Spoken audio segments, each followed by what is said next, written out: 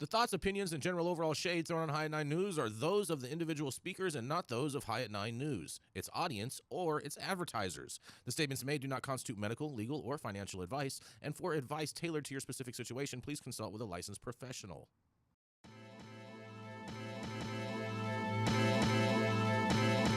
Welcome to the High at 9 News Hour, where you will hear from cannabis industry experts and professionals from around the country talk about important topics while shining light on global issues and discussing cannabis as it relates to politics, regulation and reform, data and technology, science, research and medicine, family and parenting, art, celebrities and entertainment, fitness, sports, mental health and wellness, and plant-based medicines and entheogenics. Together, we are building a stronger community, fighting the stigma and creating change. With your hosts, Jason Beck and Rico Lamitte, joined by special industry expert correspondents from around the country, and daily antics brought to you by Cannabis. Coming to you live every Monday through Friday at 9 a.m. Pacific Time and high noon on the East Coast. And thank you all for getting high at 9 with us.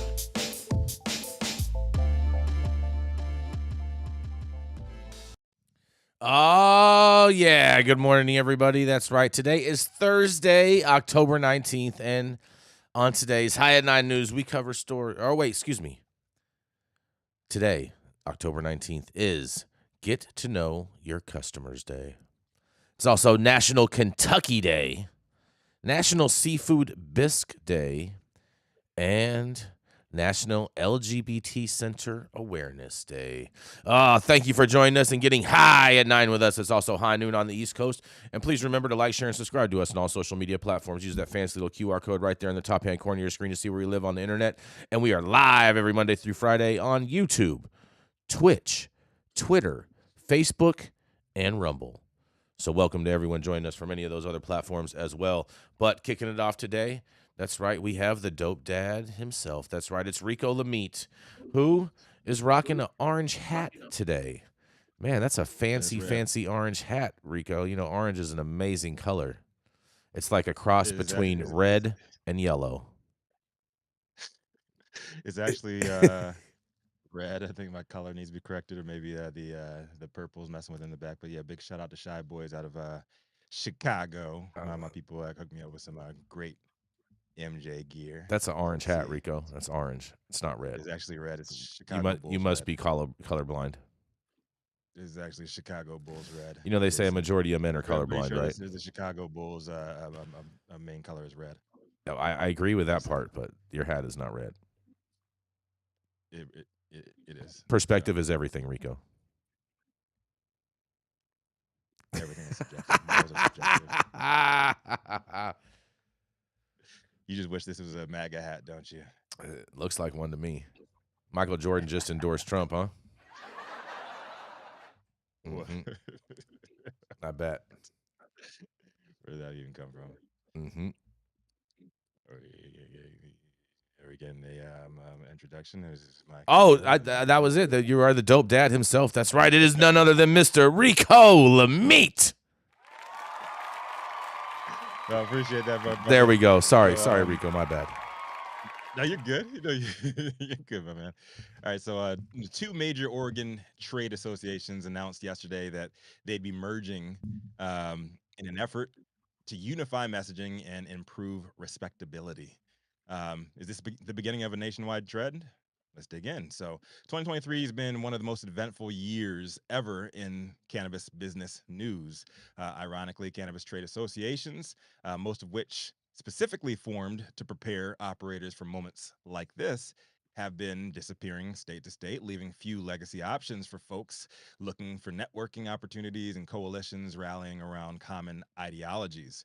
Back in June, cannabis industry's largest trade organization, the National Cannabis Industry Association, or NCIA, announced that they'd be laying off half of their staff, with CEO Aaron Smith laying blame on market saturation, high taxes, and low investor interest behind NCIA's historically low membership numbers. So maybe if these organizations did a better job of looking to find common ground, rather than attacking each other and endlessly competing for the same membership dollars that have a fighting chance.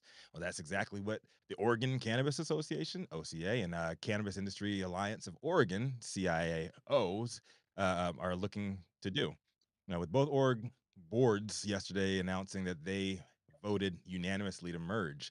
Per the article, the merger is effective immediately, and the new entity, which is currently unnamed, will continue to be member driven, and current memberships will automatically be transferred. In a press release, leadership of the new nameless organization said that the merger will create a unified voice for the industry, allowing Oregon operators to embark on a journey that strengthens the ability to advocate for a thriving, safe, respected legal cannabis industry, championing changes the industry deserves, from modernized regulations to social equity and a stable licensure system. Many have been calling for consolidation of major organizations as the industry has matured and more and more states continue to legalize. Um, and I think we're going to see more of this. The problem I think a lot of people have when we see this consolidation is special interests. Oregon, this new Oregon organization is saying that they're going to be championing social equity. It's something that we saw also with the was it the USAA? Is that what it's called, Jason? The big the cannabis org with all the MSOs. They said the same thing early on, but we saw USMC. a lot of yeah, USMC. They said the same thing early on, but we saw a lot of people of color and organizations of color withdraw their memberships because they thought that they were not being adequately represented. So my question is, are we going to see more and more of this? Is this what the industry needs? Or are we going to see over the next year or two just industry organizations going away altogether? I'm interested in sparking this debate and hearing what everybody else has to say on this. I'm Rico Lamitte, the dopest dad on the street. What do you think, Jason? Man, I think this is great for Oregon. I mean, the reality is that Oregon has a lot of issues. They have a major oversupply, and this is Yeah. one way that they can all speak with one unified voice. So I think this is a smart decision on the part of these two different trade organizations to combine their resources and move in one solid movement. I'm all for this. I think this is great. What happens when you have people that are left out of the conversation? Just like I was saying before, like People get left out of a lot of conversations every day, Rico. yeah, but the people who arguably deserve the most attention That's get why they left out of this say, conversation. but There's no that's problem. why they say the squeaky wheel gets the grease, Rico, because usually that is the loudest person in the room. It's not really what happened with the United Cannabis Industry, whatever the org that you're USMCA. with Stephen Hawkins, yeah, USMCA. That's not what happened there. The squeakiest wheel really didn't get any love at all, Well, with the, and they had no representation. Our very own Gretchen Gailey was in a room with them and a bunch of lawmakers, and nobody even brought up social equity. well, at the same time too. So trade organizations operate at the will of their members, and so obviously what that tells you is that their members don't care about social equity if it wasn't something that was brought up. It's not the organization; it's the members. No, but they did, and that was what sparked a major membership exodus from people of color and organizations of color from that group. The fact that they weren't being represented, and the fact that their cries to be represented And where are and they to now? talk about the war on drugs were being ignored. And where are they now? No longer part of that organization. And They so, what was they organization are withdrew. they part of? They're still part of their individual organizations, but they withdrew from this quote unquote coalition that said that they were going to have their back. Well, Specifically stated that they were going to be representing the I quote I unquote like I don't less understand prominent your voices. question, because if they're still part of an organization, their voices are still being heard on, They're on, part on of their some own level. They're just not part individual of that one. one organization. So I don't understand what you're getting at. They're not part of the larger, more quote unquote I powerful I don't voice anymore I don't because they well weren't being served. but I don't but that you're missing my point is that they're still part of a trade What I'm organization, so they're saying still is like their we talk voice is still about being heard. That's not how it works. How you're thinking. they're not being heard on a grand level. What I'm saying is I when don't you think have black anybody's and being brown heard on a people, grand level. We're like still trying to get hold on, safer banking black passing. and brown We can't people, still haven't got black and brown descheduling people anywhere. in the industry. and then also special interests like prison reform and that are taking the back seat to Until safe the banking cannabis that has industry starts never coughing up real ever money for been government prescribed. affairs, none of this is going to change. So we're gonna keep on talking about safe banking going forward, and then when Yep. certain voices say safe banking, as it is written, as it is being argued right now, doesn't really represent their points of view, doesn't really represent their communities. You're never They going to just make don't get everybody happy, represented. bro, and you can't make the bad the enemy of the good. It's not about making everybody happy. It's about talking. It's about talking about these things with the communities that were most hurt by prohibition, and now their interests are just totally being ignored. I don't What know if happens I don't then? know if I'm Can I buying. can I I don't know if I'm can buying I that. can I say something real quick before we Please go Yeah, to go the for next it, one real Tony. so quick? when you don't have prison reform, you don't have people. You don't have people being. You don't have any of these interests being served. You just get a bunch of bullshit generic organizations talking about safe banking. You have a bunch of generic organizations talking about, oh yeah, we are a unified voice, but you know what? Black people, brown people, they get left out. Former prisoners, they get left out. Um, as far as the safe banking is concerned, the they don't really care about safe banking, and prisoners are going to get left out, and black and brown people are going to get left out. When you go to these communities that are what they call diverse or whatever you wanna say or whatever, you don't really see banks. You see check cashing places because they realize that these individuals are not putting their money in savings or have the ability to have money that constantly comes in. They're basically getting Yeah, a check from somewhere from time to time, and then they can go into a place and then liquidate that check there to get cash money. So for a the high this is fee. just For yeah, this to yeah, me, for this is just a great way to keep us distracted. The people who are worried yeah, about safe banking are the people who really do bank. The people who are selling millions of dollars, or at least six figures, there are hundreds of thousands of dollars worth of product, and they want to be able to put their money safely inside of a location. That's not the great deal of majority of the everyday citizens. To be quite frank with you guys, this is how I feel. No one wants to legalize anything because there's too much money in locking people up over it, and there's too much money in controlling it and taxing it. So it's gonna always be that fine line of what we want to do or whatever. But I'm 41 years of age, and they've been talking about legalizing cannabis since before I was born. Like there's always right. been a cry for them to to legalize cannabis before I was born. We've seen a lot of things that's changed a great deal within the whole cannabis community, but they've created Delta 8s. They've created bullshit garbage and allows you to put this or would allow you to put this in your body instead of even a plant that or a flower that they really know naturally comes out of that earth. They would rather you play Right. with poison.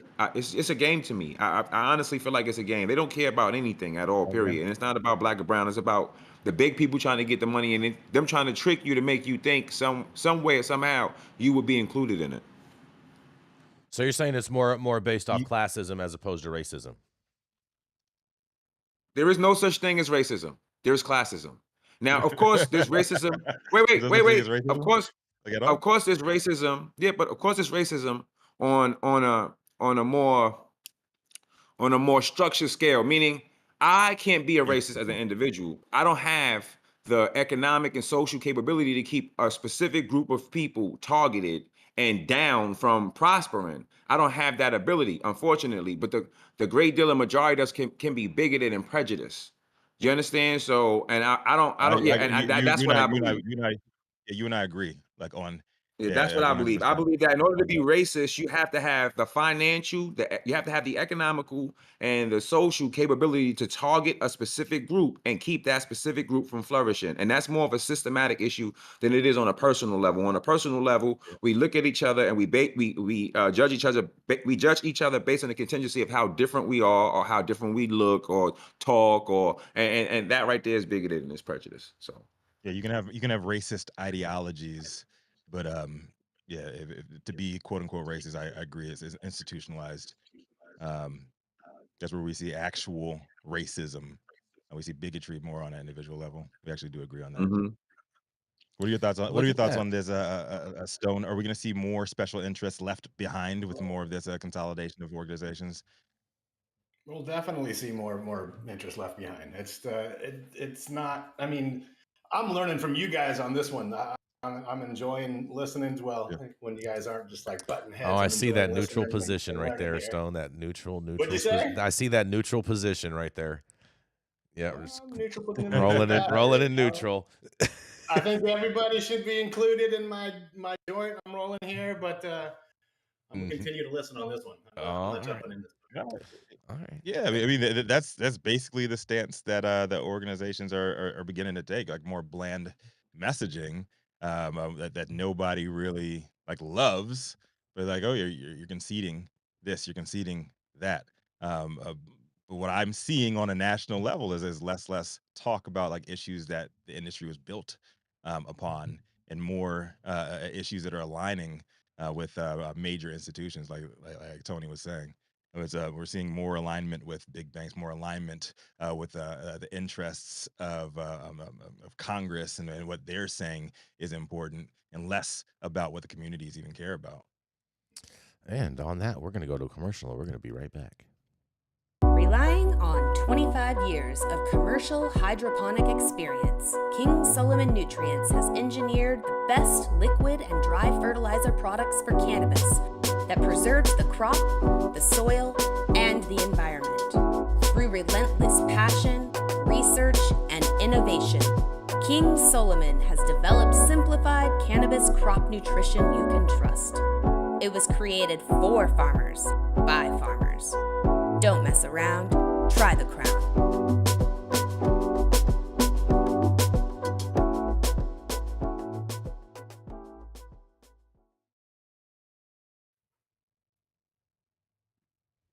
Damn it, who's in charge? Up next, he is known for smoking the best weed in the world, and you can always catch him. You can catch him on his private jet, sometimes flying in places like Maine. That's right. Mar-a-Lago. Yes. Maybe even the Emerald Triangle. It's possible. Coming to the stage is none other than the cannabis industry's most prominent Republican, Jason Beck. Oh, yeah. Good morning, Rico. Happy Thursday, everybody. I hope you guys are all having an amazing day. Because I'll tell you what. So thirsty. Oh, man. Just wait till you hear my story about this thirst that's going on, Rico.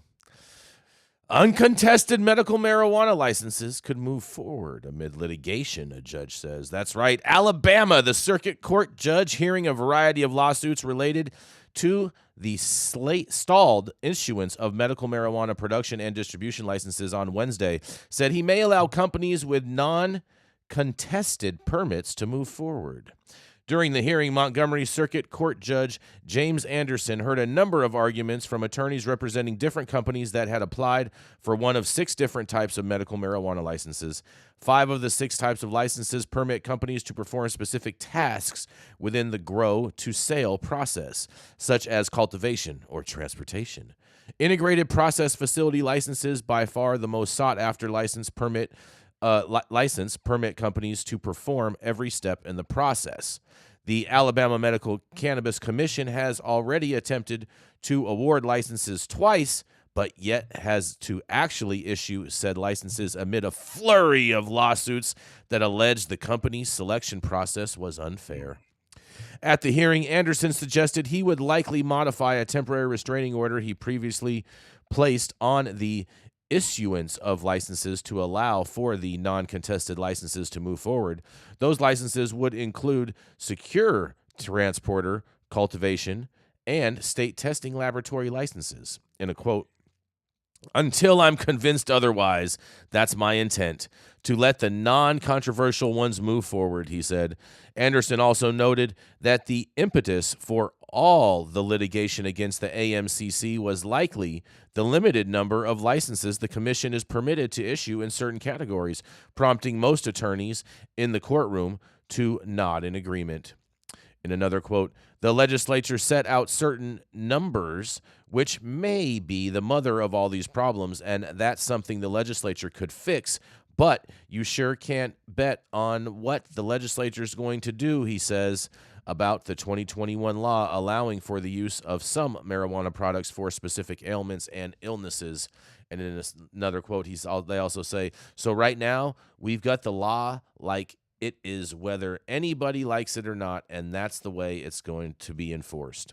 While nearly all attorneys agreed that the limited number of licenses was an issue, several did not agree with the idea of allowing some licenses to be issued while leaving others in limbo. Furthermore, some attorneys, including those representing Alabama Always and Bragg Canna of Alabama, argued that the scores given to the companies during the selection processes should be thrown out entirely. In a quote, "We've been waiting for 4 months to try to do something about the scoring system, and we've explained why it's wrong, why it was inconsistent with the statute," said William Somerville, attorney for Alabama Always. In another quote, "If they consider scores on the next round of licenses, we're going to be back here for a long time litigating the validity of the scores.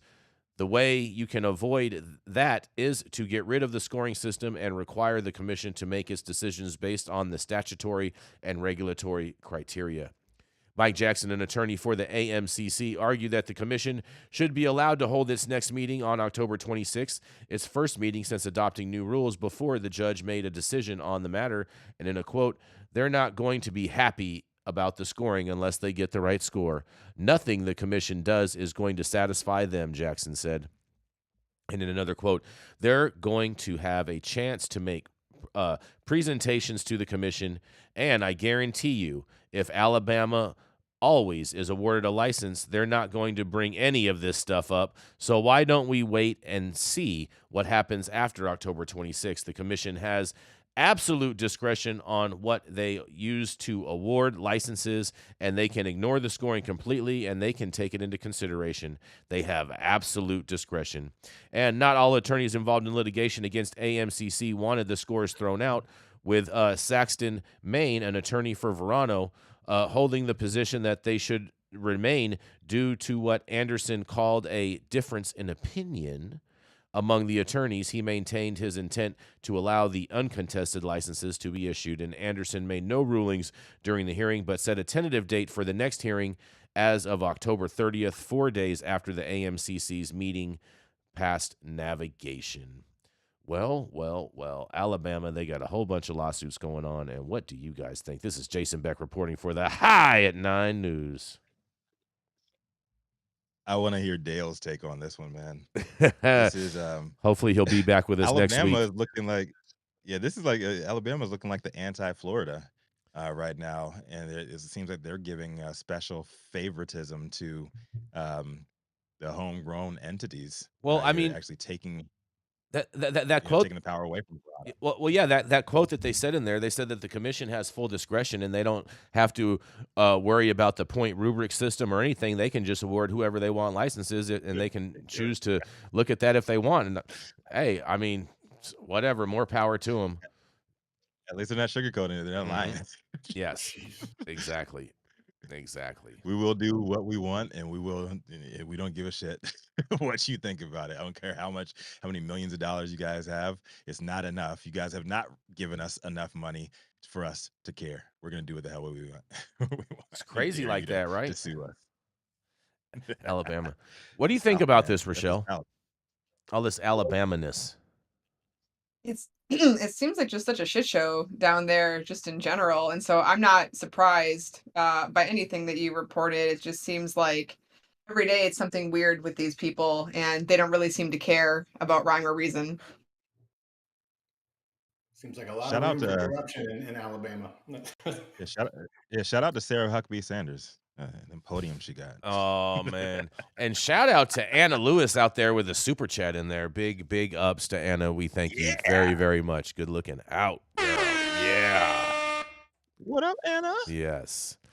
Man, I just think this whole Thank you, Anna. Yes. I really enjoy this Alabama story. They basically just said straight up, like, basically the commission can do whatever they want to do, and you guys can fight and litigate all you want, but they have pure discretion as to who they want to award licenses to. So if you guys want to waste all this money in litigation, go right at it, because you're just going to lose. That's what I took from this article. The House. I did wins. too. Right?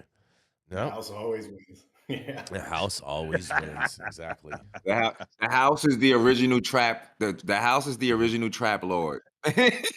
Man, the government. The government is the ultimate trap lord. Yes. Oh, man. And on that, we're going to keep this thing moving. We're going to move right on in to Miss Rachelle Gordon, who has an extensive Lego collection and is also the editor at Green State Magazine. Did I get that right? I think that I did. That's right. It is none other than Miss Rachelle Gordon. Thank you, Jason. Today, I present to you an article that my colleague Kara Wheatstock at Green State wrote about the recent numbers in drug arrests across the country. And the headline goes, "If you think legalization means less weed arrests, guess again. Weed arrests, say that 3 times fast. Cannabis legalization movement has freed more than the plant, but despite this, 1/3 of all drug arrests in 2022 were for weed, according to recent FBI cannabis arrest data. Expungements of cannabis crimes and the release of prisoners have followed legalization in some states, but many remain incarcerated while the industry grows. In fact, the Federal Bureau of Investigation updated its Crime Data Explorer with the latest arrest information this week. This update revealed that in 2022, police made 227,108 cannabis-related arrests, 92% for possession only. Nonprofit advocacy group NORML sent a press release to Green State about the recently released data. Quote, "It remains clear that marijuana seizures and prosecutions remain a primary driver of drug war enforcement in the United States," end quote, NORML Deputy Director Paul Armentano said in the release. Quote, "Hundreds of thousands of Americans continue to be arrested annually for these violations, even though a majority of voters no longer believe that the responsible use of marijuana by adults should be a crime," end quote. Now, the cannabis arrests have bumped up, but the data could be unreliable. The yearly drug arrest number has grown since the previous update. In 2021, the FBI reported 219,489 cannabis arrests, but there are some limitations to this data collection. Many law enforcement agencies, for example, fail to report their data to the FBI. Last year, only 63% of agencies reported arrests. This year, the number is up with 83% reporting. And this responding percentage covers about 75% of the US population. Therefore, the arrest growth seen between 2021 and 2022 could be due to more responding agencies. Not only that, the press release from NORML shared that some data in FBI provided zip drive doesn't actually match the data displayed on websites.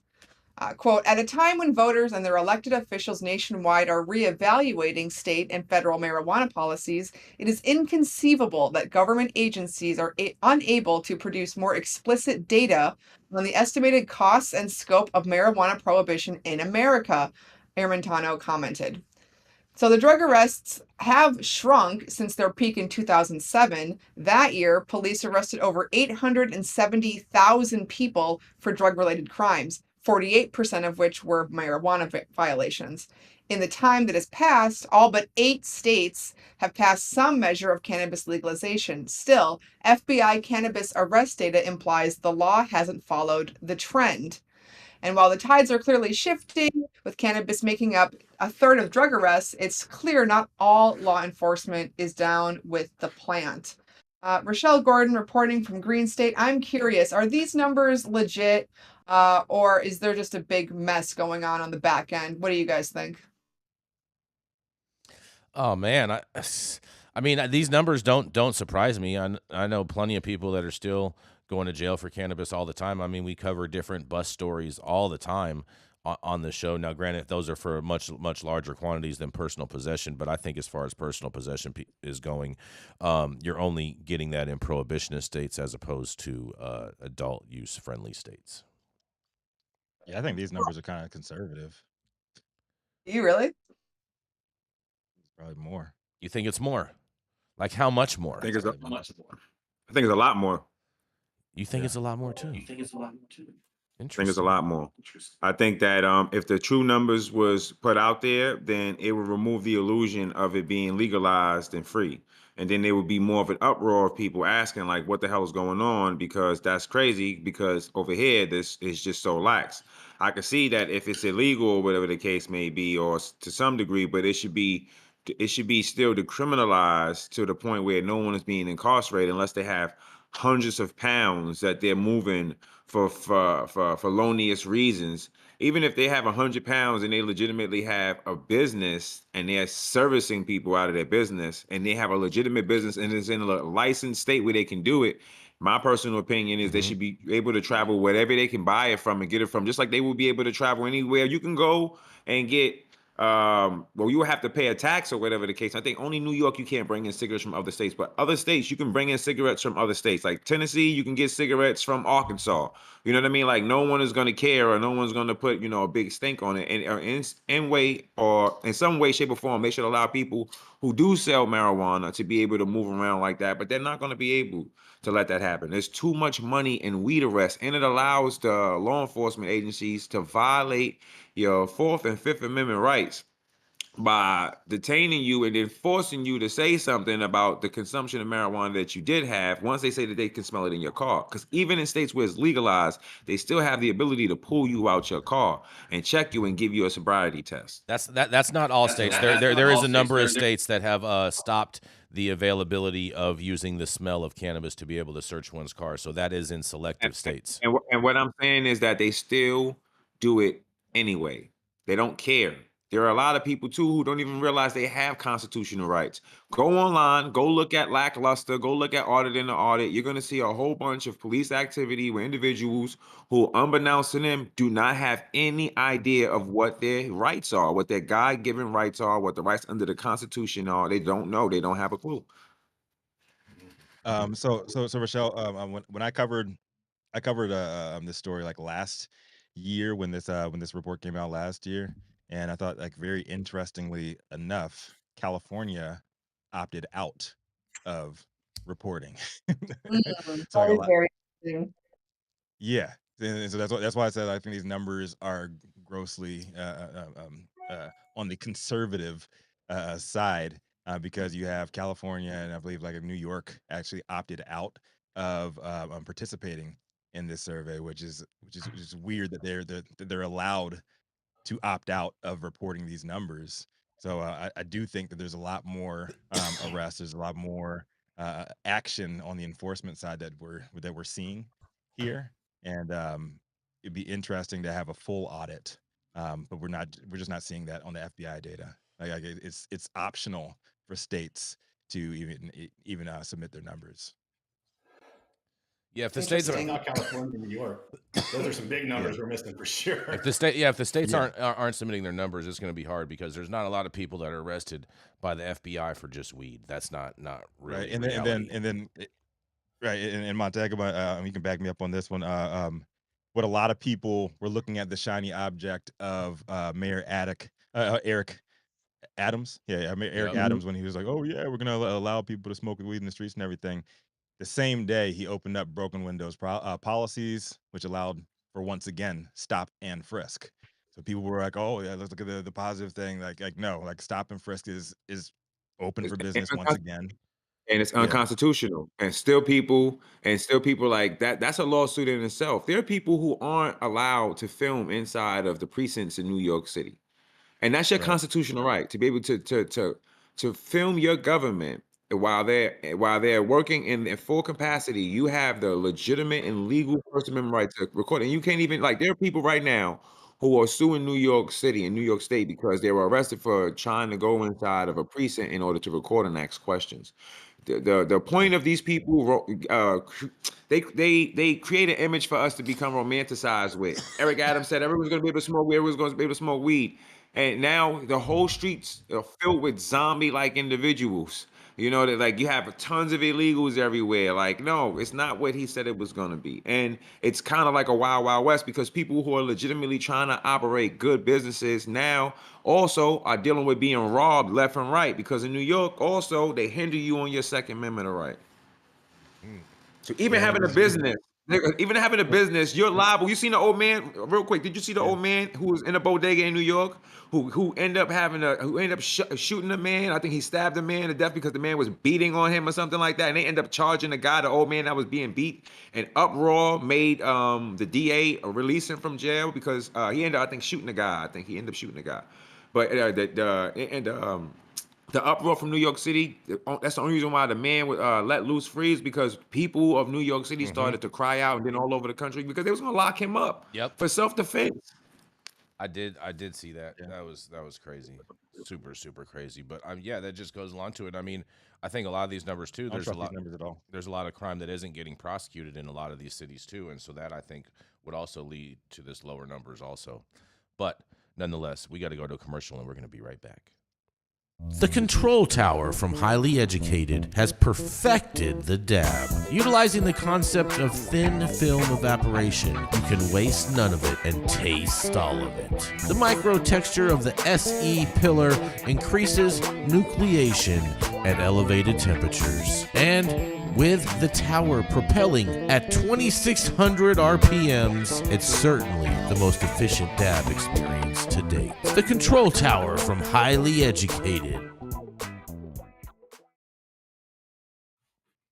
Stop whatever you're doing. Make sure you hit that like button. I know we appreciate it. YouTube appreciates it, and you will appreciate it too once you do it. Also, too, make sure you subscribe to the channel if you have not subscribed already. And make sure you get your tickets for West Hollywood Halloween 2023. You can look on our social media pages for links on how you can get your tickets. And we're going to be there doing a few things. And all the articles that we cover today, you can find on our website at www.highat9news.com if you want to take a little glance. How's it going, guys? Saman Razani coming to you from Green Street here with Jason Beck, smoking on the best weed in the world. Did you know that we have an audio-only version of our podcast available on Apple, Google, Amazon, iHeartRadio, and Spotify? Tune in now and check it out.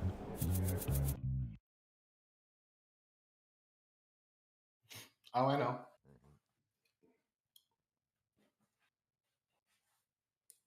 You with us, Rico? Let's do it. Oh, all right. Coming to us live out of the great purple state of Texas, our next correspondent is a dope dad that decided he'd be hitting the high road instead of partaking in local Delta 8 dab sessions. Y'all know who it is, Stone Slade. You see, I never know if I'm waiting for an applause or Oh, not. So Adam, we got an applause, Adam. Sorry, Adam. Adam was in the middle of something. Sorry. There we go. Thank you, Rico. All right. Tell me you don't believe in the medicinal value of cannabis without telling me you don't believe in the medicinal value of cannabis. Jason Beck reported back in August that New Jersey was going to allow off-duty police officers to consume cannabis. Well, in a not so surprising move, Jersey City, New Jersey's second largest city, has challenged the statewide policy allowing police officers to do just that while off duty. Their justification for this challenge hinges on a rather glaring legal inconsistency.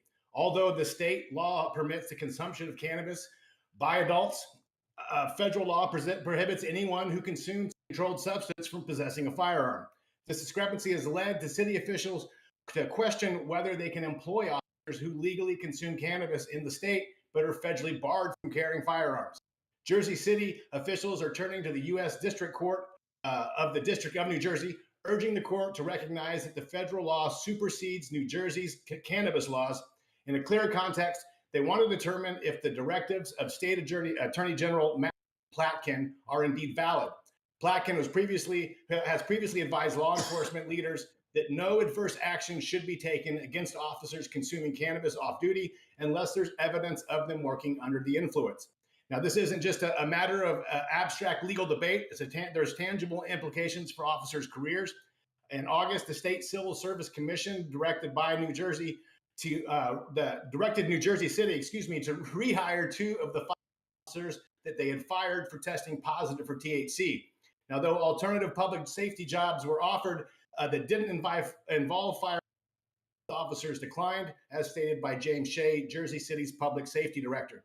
In highlighting the gravity of this matter, Shea, accompanied by Jersey City Mayor Stephen Fulop, mentioned that the state has persistently sidestepped addressing the core of this dilemma. They emphasized that the Civil Service Commission and judges have all recognized the conflict, but refused to provide much-needed guidance on how local governments can comply with the clashing laws. Interestingly, despite the wave of cannabis legalization sweeping across the U.S., the federal stance remains unyielding. The ATF has consistently highlighted that anyone using cannabis, still a Schedule I narcotic according to the DEA, is ineligible to possess a firearm or ammunition. In recent social media post, Mayor Fulop cites the federal law under which Hunter Biden faces indictment concerning firearm possession while being an active cocaine user. Now, Fulop further elaborated on the legal tangle, saying legalization in New Jersey. However, New Jersey's CREMA law directly conflicts with the federal law, exposing Jersey City to potential massive financial liabilities, compromising public safety, and endangering police officers' careers statewide.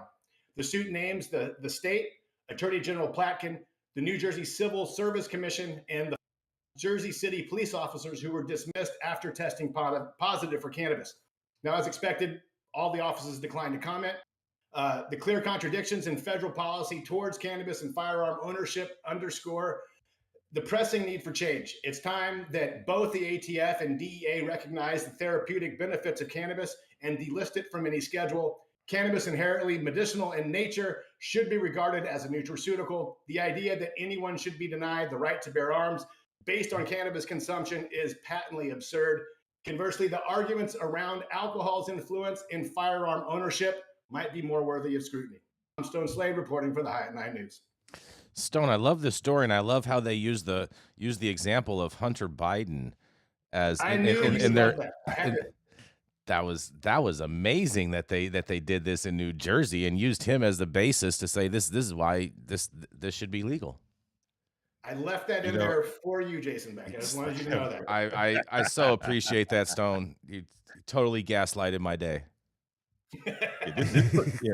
This story is not going away, man. You think this was going to go all the way up to the Supreme Court, Jason? I think that's the only place that it's going to ultimately have to go.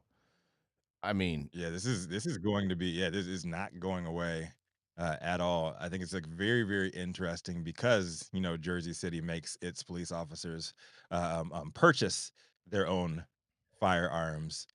And that's where the issue is here. Like Hunter Biden's taken into account here in his whole ordeal, and they're going to have to address this whole gun issue in the highest court. I'm very, very, very interested to see like when that happens. Yeah, and I want to say out there too to all of the 2A supporters out there, if you are not for having cannabis people have the freedom and right to own and purchase guns, then you, my friend, are a hypocrite, and you need to take a look at yourself in the mirror.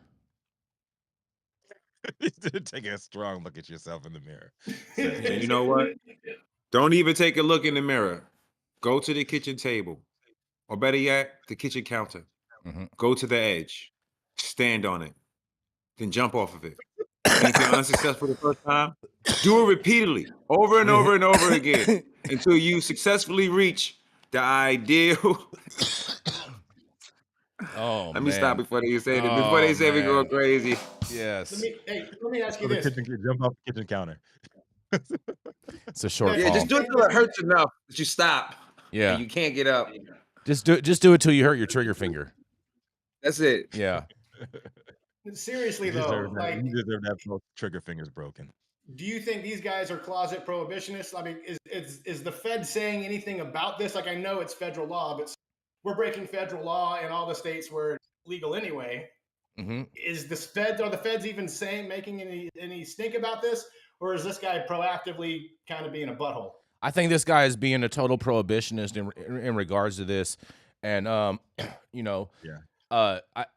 think one of the reasons that you'll have a lot of law enforcement groups that would fight something like this is because of the fact of how easy it is for them to bust cannabis people, because cannabis people for the most part are majority nonviolent and whatnot. And then if you're allowing for the cannabis people to have guns, then now that's going to raise their risk threshold when they make these stops, and that's the majority of the stops that they want to make because they're easy bust to put on paper.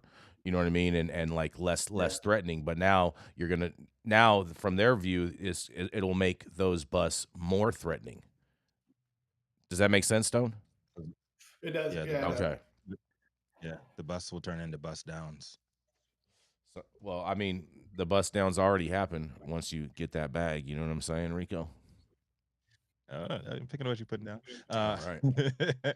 Yeah, no, I think it just points out the hypocrisy of a lot of these a lot of these lawmakers, and like you said, Jason, call them out. They should be looking themselves like in the mirror, call them out. But I Yeah, mean, the don't other say side of don't the say you're argument 2A is, strong, and then you're not for cannabis people being able to have the rights to own guns just like any other American. yeah, the other side of the argument is like people just don't want to be hardliners like on stuff, and they want to allow wiggle room for compromise on stuff like this. But you know, I don't know, man. I can't call it. I don't know, but do we have one more commercial, Adam?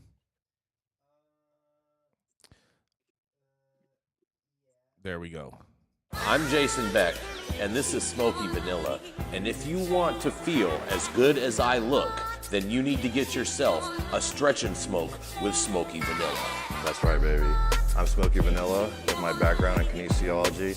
I'm a sports massage therapist and stretch coach. I focus mostly on athletes who have chronic pain or injury due to their sport, or the legends of the chronic in the game, baby. Oh, yeah, you know what it is. We just stretched, and now we're gonna smoke, because you know what it is. That's right. I love intuitively creating a session based on the individual I'm working with. We'll go through a few assessments, look at the past health history, injury, or anything that's still affecting you today, and create a customized session just for you.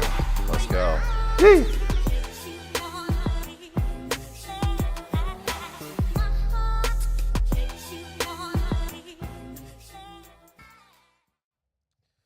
Oh, yes, and coming up next, that's right, it's the man you love to hate. He represents the black conservative voice that everyone would love to have silence for even acknowledging it exists. That's right, here to change the narrative is none other than the Tony Montaga.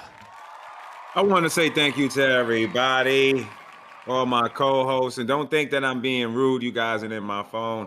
Actually, I'm trying to tell people on my platforms where to find us at on this platform. So I'm trying to walk and chew bubblegum. All right, so let's get into my story. Let me take off these glasses. I think I do need reading glasses, though. Yeah, thank you guys. Thank you. Shout out to all my co-hosts in the building, the dopest of the dopest, my co-hosts. All right, where presidential candidate Vivek Ramaswamy stands on marijuana and psychedelics. Shout out to one of my close friends, Jason Beck, for allowing me to get this morning so I can be able to inform you guys on Vivek Ramaswamy is currently the only major 2024 GOP presidential candidate to publicly support not just legalizing marijuana, but also taking steps to provide regulated access to certain psychedelics with a focus on therapeutic use. But the 38-year-old entrepreneur has also made sometimes conflicting comments about his drug policy positions, seemingly walking back more bold calls for reform and challenging reports on what specific proposals he's endorsed. And while he's in favor of legalization, he's also called for expanding the Drug Enforcement Administration, DEA, raising eyebrows in the reform community. Ramaswamy has made a habit of grabbing headlines since entering the race, especially after the first Republican presidential primary debate, where he raised his national profile by closely aligning himself with former President Donald Trump and seizing the moment speaking time, despite sharing the stage with candidates like former Vice President Mike Pence and Florida Governor Ron DeSantis. But he has so far not proactively raised cannabis or psychedelic issues during the debates. Instead, he's focused much on his drug policy rhetoric, on the campaign trail, on his plan to use the U.S. military to annihilate Mexican cartels in response to the fentanyl crisis. Ramaswamy's competitors for the GOP nomination include Trump, DeSantis. He has no competitors. Donald Trump is the nominee. Let's just say that. Trump, DeSantis, Pence, former New Jersey Governor Chris Christie, U.S. Senator Tim Scott, former Arkansas Governor Hutchinson, former South Carolina Governor Nikki Haley, and South Dakota's Governor Doug Burgum. None of them are any of Donald Trump's competitors. This is just a waste of time. Let's get back to the story. On one hand, Ramaswamy has voiced support for the federally legalized marijuana, a stance that separates him from the GOP pack of candidates, as well as an incumbent Democrat President Joe Biden, who has rhetorically drawn the line at legalizing medical cannabis and simply and simply decriminalizing marijuana for recreational use. Sorry, you guys, I'm trying to pull this up while I'm reading at the same time. Vivek is in favor of a federal legalization of marijuana. His campaign said in August of 2023, the current state legalization farce contributes to the culture of law breaking. It's literally against the law for us to pretend otherwise, only undermines the rule of law in this country. He's previously discussed the need to decriminalize cannabis, acknowledging that it's not a popular position in the Republican Party, but he says it's important for him to speak the truth.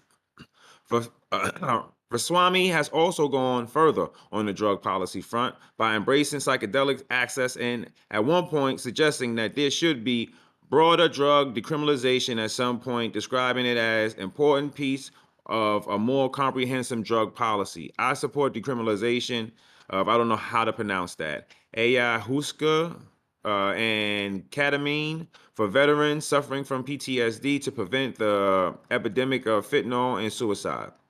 He said in a tweet that came in response to a Fox News article that the candidate criticized because of how it framed his overall decriminalization stance. He called the article more planted trash. Despite painting himself as the victim of a media smear, however, Vaswamy did not specifically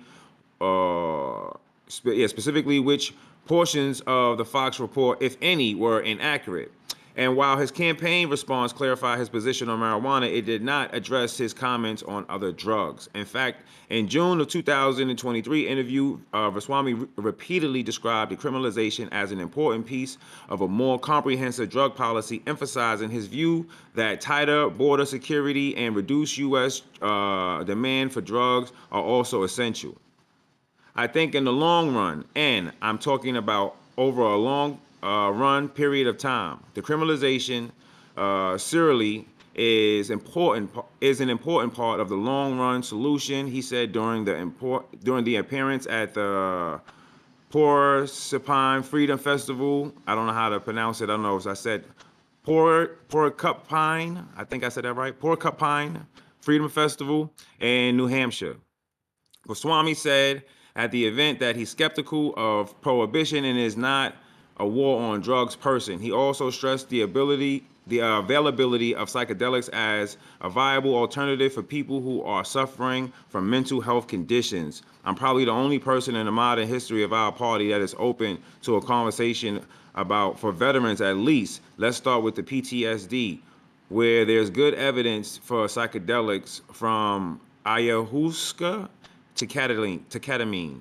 Vaswamy Ayahuasca. said you could, ayahuasca? Thank you. Ayahuasca to ketamine. Vaswamy said you could actually have an open discussion about rationally giving people off ramps. I personally know parents whose kids have died and believe and think on good authority that their kids could have at least survived by having an alternative path, he said. But then there's the other side of the candidate's drug policy philosophy, one that calls into question the anti-drug war narrative.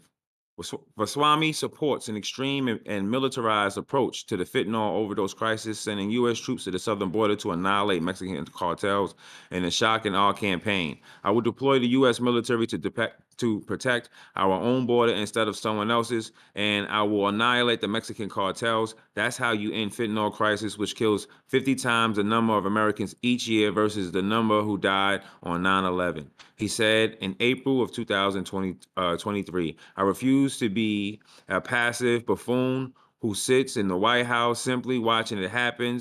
We're going to finally solve this problem. I just want to say before I ask you guys what you think, that where I stand with him indefinitely is sending the United States military to crush the Mexican cartels once and for all. But the reason why it won't realistically happen is because then they would have to knock off the DEA. What do you guys out there think? And my co-host, what do you think? I think Vivek. I know Jason is a big fan of Vivek Ramaswamy, but he's always talking out of both sides of his mouth, and he also is Martin Shkreli, the pharma bro. He's one of his good friends, and he made the majority of his money off of a bullshit Alzheimer drug pump and dump scam. How you feel about that? Big Pharma plant Vivek Ramaswamy.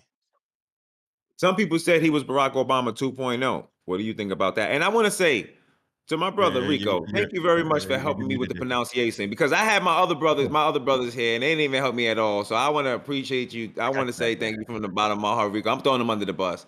Thank you from the bottom of my heart for helping me out. You stopped me from sounding like an imbecile. Stone, what do you think? What do you think about Vivek's stance? Do you think what me and Rico are saying has any validity, or do you think that the man should be given a chance?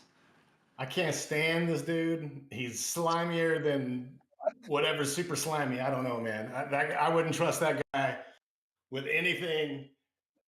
The cartels in Mexico suck, but we can't just go and wage war on the cartels. I'm all for taking them out one way or another, but I don't know, dude. I don't trust that guy. Vivek's I'd love to hear what Jason loves the guy. I'd love you to give me some shiny points of the man. Jason, can you sell us on Vivek? I'm on the fence still. I was supposed to have had a meeting with him, and I was supposed to walk him through Brooklyn. Honestly, the reason why it didn't happen, I would have to say it's my fault, because I just never called back. You know what I mean? Like, I just never called back. I'm serious. Like, they called me, reached out to me after I tweeted to Vivek. Vivek said, sure. I asked Jason. I showed him everything. And then they reached out to me. I spoke to his campaign manager for maybe 25 minutes. We agreed on having him come to Brooklyn. I will walk him through Brooklyn. But then as I just continued to see him move around, it's not like I know anything indefinite, but I just go with my gut, and my gut is just telling me this shit is just too good to be true. You know what I mean? So I couldn't put myself in a situation where my face will be walking this guy through Brooklyn, New York, and I'm giving him a stamp of approval. It would have just been bad for me personally if he turns out to be. Right. Jason, you've been muted, brother. Oh, no. I want to hear your take on your boy. I think this is fantastic. I mean, he's the only person that's actually even having a conversation and addressing these issues that is currently running for vice president.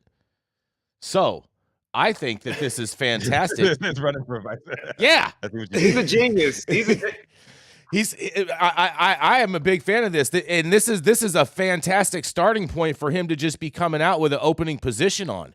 And so now he's not going to get it. It doesn't. But stop the point. You're missing the point. It's the point that he's beating a fucking great drum, and I'm loving this drum, and I'm gonna keep on banging this drum because this drum needs to get banged. But what happens 4 or 5 years down the line when you find out that drum was manufactured by Pfizer? I mean, what happens? You know what's funny is I actually had a whole conversation about this on my trip in regards with that side of him, and I'm happy to share a little bit offline of what I have learned, and to me, I'm not too worried about that because Big Pharma actually doesn't like Vivek Ramaswamy in the first place. I think that Big Pharma has a great deal of control in terms of perception. Mm-hmm. And if they want you to think something, that they can make you think that. And if they want you to think that they don't like this guy, then they will make you think that. But if they didn't like this guy, then he wouldn't. The one thing I know about the machine is that when the machine don't like you, it crushes you. That is what it does. There isn't one part of the machine that isn't cohesive with the next. Mm-hmm. So if the machine in politics doesn't like you, then the machine in media crushes you, as well as politics. It's just an all-around thing.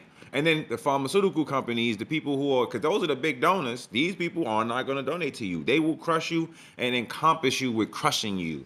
You won't be able to endorse a cockroach. It'd be over for you when the machines come for you. So it's hard for me to believe that a part of the machine doesn't like this guy or is disillusioned with this guy, and then they allow him to parade around here and run around here all pretty, because he's a pretty dude.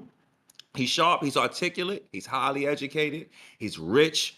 I mean, shit, he's the poster boy for kiss my ass, I'm gonna do it, right? But we've seen it before with Barack Obama, and this is the problem. We've seen a pretty clean-cut, well-spoken man. You guys making that comparison is the one thing that does freak me out about him. I can't even that's 100% reality. And him pulling Barack Obama's exact word and putting them into on the Republican debate stage. It's fantastic. I mean, and then you got to listen to his cadence. So when he's delivering himself, he delivers himself like a pastor or a preacher. They often do this because they realize that it makes white people feel that they're more trustworthy, and then it makes black people feel more submissive to them, because black people become submissive when they go to church. You understand? Like when they hear that tone, they become more submissive. This just is embedded in black people because we love the Lord. You understand what I'm saying? So when you hear it, you like, well, damn, let me just. Do you know why Barack Obama actually got elected? Because he talked like a preacher. And he No, was sharp. nope, and nope. So I'm gonna give you guys a little history lesson real quick, and then be quick with it. We're at the top of the hour. Oh well, you know what? I'll tell you guys it offline. I have one last story for you. You guys, this is gonna be fast. You guys are gonna love this. Australia's Victoria state to launch a medical cannabis driving trial. Medical cannabis patients in the Australian state of Victoria may soon have the opportunity to participate in a cannabis trial to evaluate their ability to drive without impairment. The state's government introduced legislation into Parliament this week to develop implement a cannabis trial to assess the effects of consumption of medical cannabis on driving behavior. It's essential for legislators to understand the potential consequences of using THC while driving, as impaired driving could cause additional obstacles to the daily life of medical patients. Therefore, the Transport Legislation Amendment Bill of 2023 aims to alter the current situation, allowing medical cannabis patients to take part in the supervised closed-circuit trial under state government oversight. In a quote, this bill will allow us to deliver a world-leading research trial into medical cannabis and driving, enhancing our understanding of how medical cannabis affects driving behavior and informing future reform. Minister of the Roads and Road Safety Melissa Horn said in a press statement, the forthcoming trial will be managed by independent research organizations, which is yet to be selected. And this goes on a little bit more, but what do you guys think about this? In the sake of time, I'm just going to leave it there. And if you want to read the whole article, you can find it on our website, www.highat9news.com. What do you guys think about this? These driving trials in Australia. You guys don't think nothing about it, huh? You guys there? I'm sorry for the phone call. I'm sorry. The phone call came in. I'm sorry, you guys. Oh, man. The drive, I mean, I don't know. You don't think this? I think this is great, bro. This is great news. They're gonna you got Australia moving faster than other countries right now in regards to realistic policy in regards with public safety and consuming cannabis while behind the wheel. I think that that sounds cool, but in Australia also you can't have guns. Yeah, that part does worry me. I'm with you on that, but I'm just hoping that it's just going to be research. I'm hoping for the best on this one. And when they was giving out the French fry needle or the donut shot, they were taking kids from them and forcefully putting French fry needles inside their bodies in order to give them the donut shot. I'm just gonna keep it a buck. You know, I think that's good. That's good for Australia. We've done trials, though. You know, we've reported on trials that we've done here, and they've shown that people are a little more aware and more careful when they consume cannabis while driving, and nobody listens. The people that make legislation don't listen. So, yay, Australia! We've been doing those here for a while. Yeah. All right. Whatever, guys. Like whatever. Jason. Whatever. Yeah, I'm just saying, like they've been doing whatever for years here. It was it like Maryland? Even just because you're driving, you even put out an ad. Just because you're driving your car while smoking doesn't mean it's a trial. I think that. I journal. I'm just kidding. If that's the case, legitimately, if that's the case, then all of New York City will be getting into a car crash right now, or at least 80% of the city will be in car crashes right now. If smoking high really affected you in an adverse way, then like 70% of the people in Colorado are just because, and they have bad road conditions, especially because of the weather is so stupid. Every day, everybody would crash. Mm-hmm. Yeah, they would. Yeah, I think this whole issue is just performative. Anyway, they just want to say stuff, and they say they're working on stuff to work on it. By the time these laws actually get passed, like everybody's gonna be in autonomous vehicles for the most part, anyways. So I don't think it will really matter. I think it's all like a waste of time. But thank you all for joining us for yet another episode of High at 9 News. You can catch us weekdays 9 a.m. Pacific, high noon on the East Coast. Big shout out to the super fans showing love, getting their comments posted live on the big screen. Big shout out to Anna today coming through with that drop for us. To our live audience and online supporters catching us across all media platforms, tuning in each day to the headlines of chaos, also known as the developing cannabis industry. To our vetted correspondents tuning in from all over, bringing us much needed variety of perspective and your respected opinions to the table too. Our production team, Cloud Media Partners, House of Fuego, all the sponsors keeping our lights on, and usually our AV struggles to a minimum. And always Cannabis Sativa, all the reason that the High at 9 News team reads these headlines daily. Thank you, baby girl. It has been Thursday, October 19th, 2023. The show is over. You've all been blessed with the top industry headlines. Hope it was enough for you to put in your pipe and smoke at least until tomorrow. Montaga, what you got for us today, man? You gotta leave these people with a brief message to take home until tomorrow. We wrap this week The up. most important thing that everyone out there needs to know is everyone has good days and bad days. So even if you're having a bad day, try your best to help someone else around you make their day better simply by saying something kind. Peace.